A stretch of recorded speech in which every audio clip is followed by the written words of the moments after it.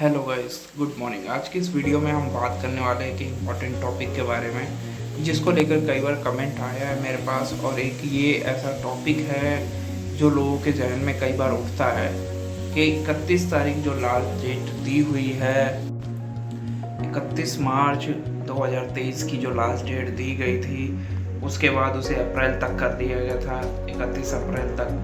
तो बहुत लोगों के मन में ये सवाल है कि हम नहीं करवा पाए हैं, या फिर अब हमारे शेयर्स का क्या होगा, अब हम इसे कैसे डीमेट कराएंगे, या डीमेट नहीं कराएंगे तो क्या होगा, या कब तक होल्ड कर सकते हैं। इस विषय में मेरे पास एक कमेंट भी आया था, मैं आपको कमेंट शो कर देता हूँ। ये मेरे पास एक कमेंट आया था, how long can I hold my shares in physical form, कि मैं अपने फिजिकल फॉर्म कब तक होल्ड कर सकता हूँ।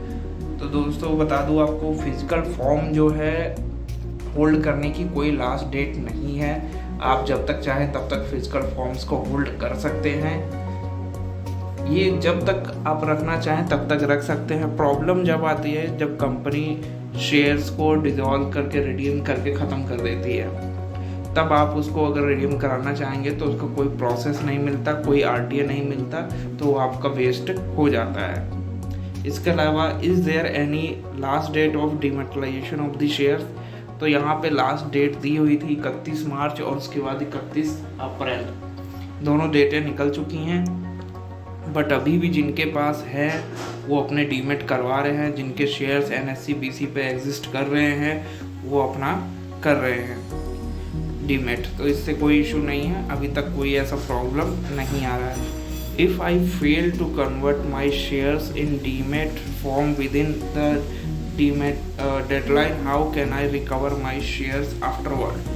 तो दोस्तों इसके लिए मैं बता दूं कि इसके लिए आप अगर शेयर्स को अपने डीमेट करवाने में फेल हो जाते हैं डेडलाइन से पहले, तो फिर अभी तक तो हो रहा है, बट ये कब बंद हो जाएगा कोई नहीं बता सकता, क्योंकि अभी इसके विषय में कोई भी एनएससी बीसी से कोई लाइन नहीं आई है। बट हाँ, जैसे ही बंद हो जाएगा तब क्या होगा वो मैं आपको बता देता हूँ कि जब ये बंद हो जाएगा दोस्तों, देखिए यहाँ पे दिया है, आफ्टर दैट कंपनी और its RTA registrar and transfer agent will not be able to work upon for transfer of shares in physical form even from dematerialisation. तो ये जो है लास्ट डेट बताई गई 31 मार्च 2023 की जो थी, उसके बाद की ये स्टेटमेंट है। अभी तक तो कंपनियां कर रही हैं डीमेट, अभी भी हो रहे हैं शेयर्स, हमने भी डीमेट करवाए हैं, बट कब तक ये चलेगा ये नहीं पता। सेबी की तरफ से कभी भी सर्कुलर आ सकता है कि अब ये शेयर्स नहीं होंगे डीमेट। तो जब तक अभी कंपनियां अपने शेयर्स को फ्लो में रख रही हैं तब तक वो शेयर्स अपने आप डीमेट करवा सकते हैं। और मेरा सजेशन तो आप सबके लिए यही है कि जितना जल्दी हो सके उतना जल्दी अपने शेयर्स को डीमेट करवा लें तो आपके लिए बेहतर होगा, क्योंकि आने वाले समय में नहीं पता कि कंपनी डिसॉल्व हो जाएगी या अपने शेयर्स वापस ले लेगी या किसी एक खास रेट पे उसको रिडीम कर देगी।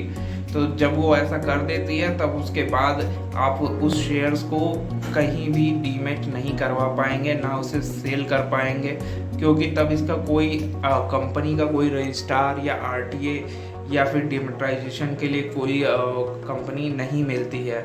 आप नेट पे ढूंढेंगे तो नॉट डाटा फाउंड आएगा, और फिर आप इसके लिए किससे कांटेक्ट करेंगे? डायरेक्ट कंपनी में करेंगे तो कंपनी ऑलरेडी इस शेयर्स को बंद कर चुकी है, और रजिस्ट्रार या आरटीए मिलेंगे नहीं, तो फिर आप किससे इसके बारे में कंसल्ट करेंगे? प्रॉब्लम यहाँ आ जाती है। और फिर आपके पास जो शेयर्स है जो इतने पुराने हो जाते हैं, अगर आप खुद होल्डर हैं तो आपको तो पता है कि हाँ इसमें होल्डिंग है, बट अगर आपके अलावा कोई और उसको देख रहा है, यानी पिताजी के, दादाजी के, मरहूम किसी के शेयर से, तो आपको ये भी प्रॉब्लम आती है कि उसमें नहीं पता चल पाता कि एक्चुअल में उसमें होल्डिंग है भी कि नहीं है, या फिर ये शेयर्स अभी भी इसी नाम पे हैं जो पेपर में छपा हुआ है, या फिर ये पेपर फॉर्म में तो आपके पास है पर ट्रांसफ़र किसी और को हो गए हैं। तो ये सारे इश्यूज आते हैं, और जो आपके पास है वो ओल्ड वर्जन है या न्यू वर्जन है, ये चीज़ें चेक करने में भी इशू आती है। तो इस वजह से जो भी आपके पास शेयर्स है उसको जितना जल्दी डीमेट करवा लें वो आपके लिए बेहतर होगा। तो उम्मीद है दोस्तों आज की इस वीडियो में आपको क्लियर हो गया होगा कि आपके पास अगर फिजिकल शेयर्स अभी तक है तो डेडलाइन आने से पहले आपको क्या करना है, या डेडलाइन जो निकल गई है उसके बाद क्या करना है। तो इसी प्रकार की इन्फॉर्मेटिव वीडियो देखने के लिए हमारे चैनल को सब्सक्राइब करें, बेल आइकन को प्रेस करें। अपने किसी भी सवाल या सुझाव के लिए हमें आप कमेंट कर सकते हैं और ईमेल कर सकते हैं। तो मिलते हैं एक और नई वीडियो में एक और नए टॉपिक के साथ। तब तक के लिए धन्यवाद।